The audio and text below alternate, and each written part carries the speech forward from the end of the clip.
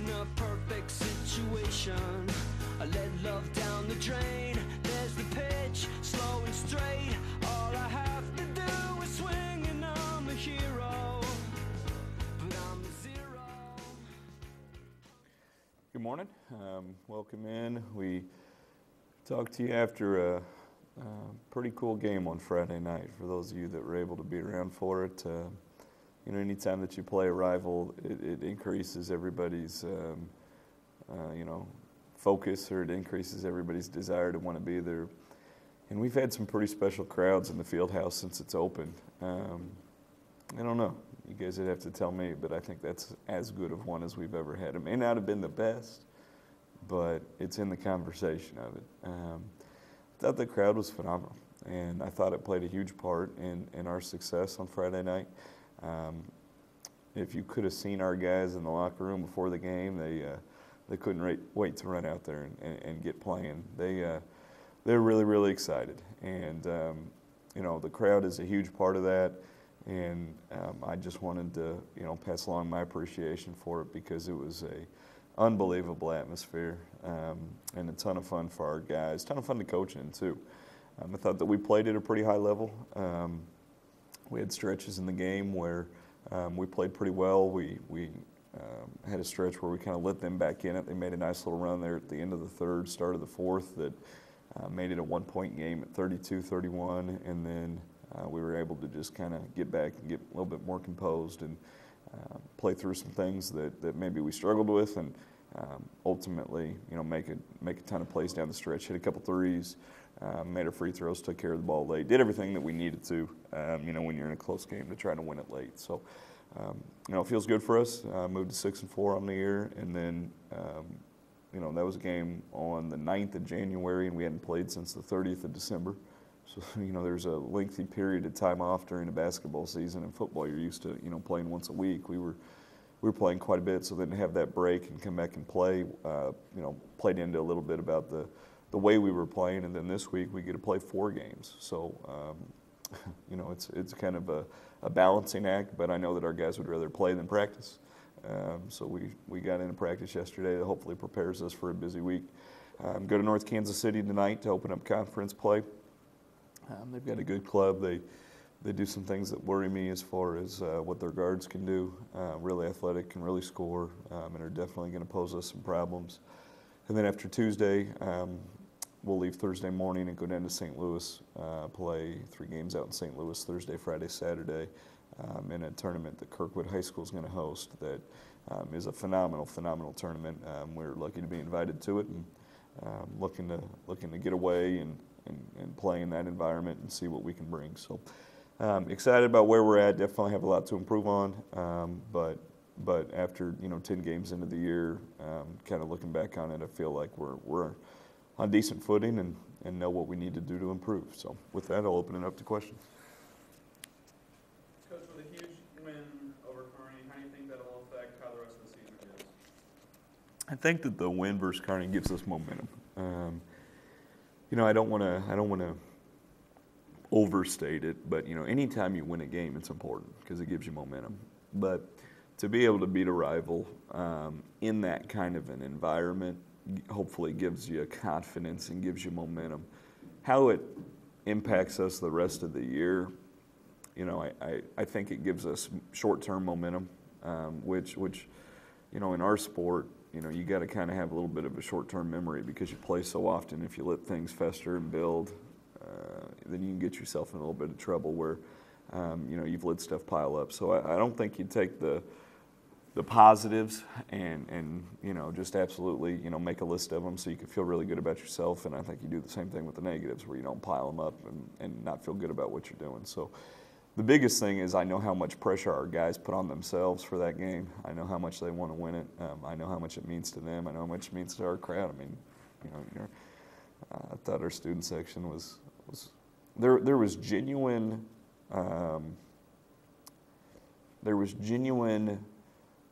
rivalry.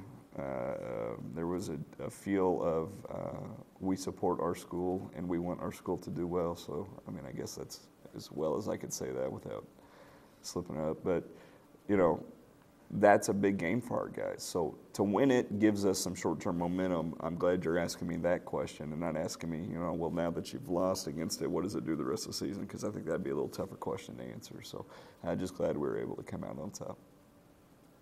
Yeah. Trevor talked about having that break affecting the play. What do you as a coach talk to your players about most over that break? And what did you focus on over that break?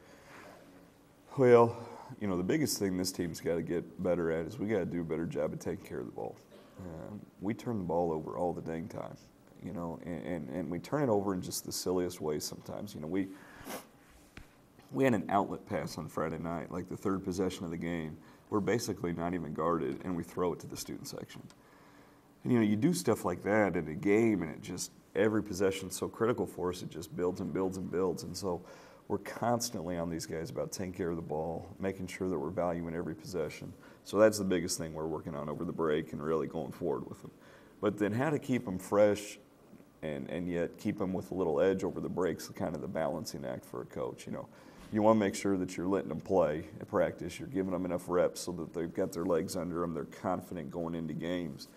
But at the same time, you want them to be able to make sure that at the games they have everything they have in their tank and are ready to go. And so you don't want to drain it by practicing too hard. So it's that fine balance. And, I don't have a great answer for it, but I know we try to maintain it and listen to the players. I got a great group of seniors. I got 5 guys who I know I can trust. I can ask those questions and say, hey, do we need to practice harder? Do we need to turn it down?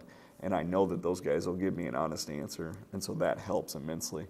I've had teams in the past where you'd ask and they'd say, no, we don't need to practice hard today. Well, it doesn't work like that. But this team, I know that if I ask them, hey, you guys all right? And they say, we're a little tired. I know I could back it off them a little bit. So that comes with having a veteran group, a mature group, and our 5 seniors certainly are that.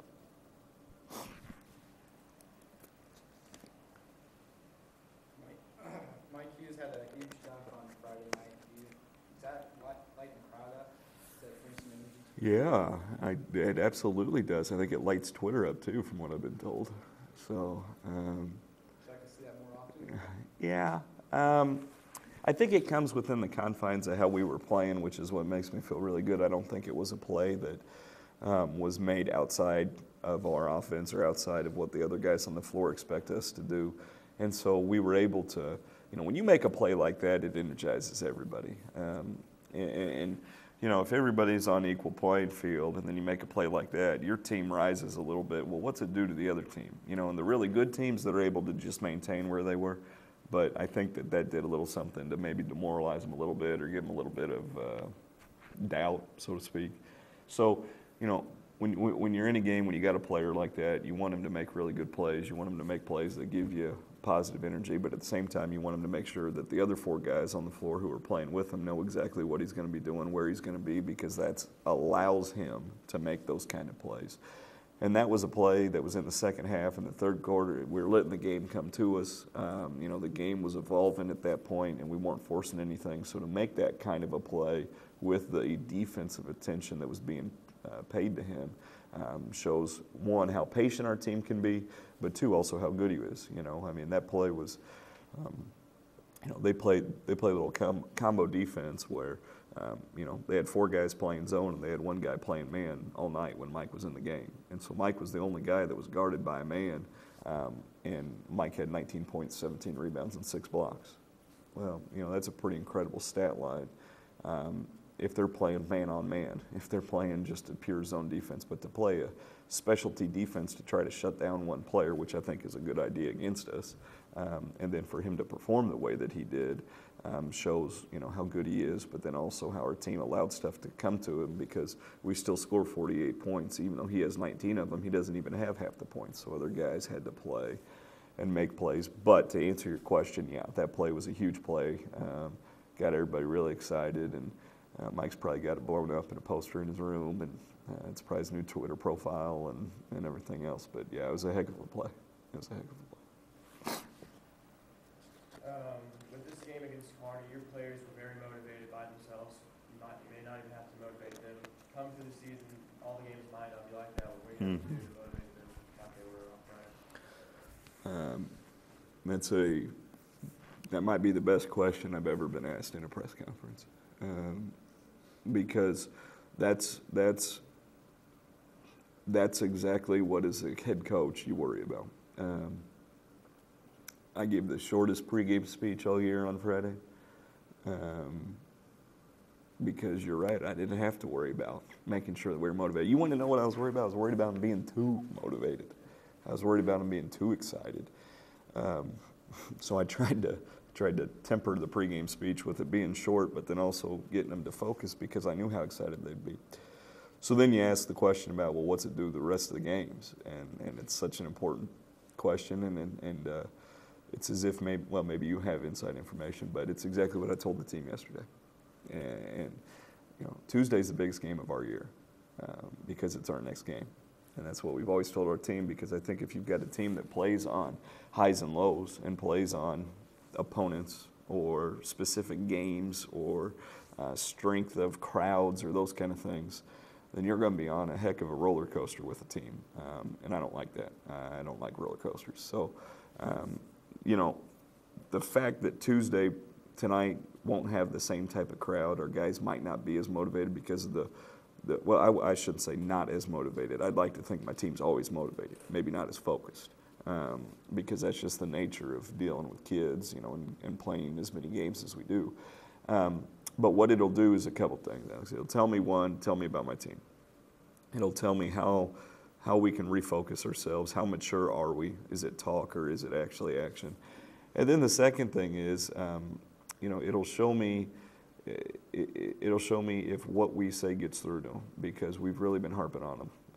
That this game is really, really important. It's the start of conference, but also it's the opportunity to bounce back after a big game and to show that you could play successive games at a high level. And that's something that maybe we haven't done to the fullest of our potentials this year. But it's a phenomenal question you ask, because there is a legitimate concern about it. Ask me on Wednesday or Thursday, and I'll tell you how I feel about it. But I'd like to think that we'll be ready to go tonight. Yeah. Freshman Robbie Hanson got in the game. Yeah. A fair bit on Friday night. What do you think he has to offer on as possible leader in the future? Yeah, well, Robbie was really good. I mean, I played him 12 minutes. I don't know if he expected to play 12 minutes combined the entire year. But Robbie's got a chance to be really, really good. Robbie doesn't even understand that yet. So I'm trying to help him, through that process of having that confidence to understand he can be really good. He's this, quiet, unassuming kid that smiles and everybody likes. But he can kick your butt on the floor. And that's one of the things I like about him. But it was just a situation where the game called for him, where in the past I've used a couple other guys, Zach Thompson, I've used J.D. Braden, and it was nothing that those guys had done that didn't give me confidence to play him.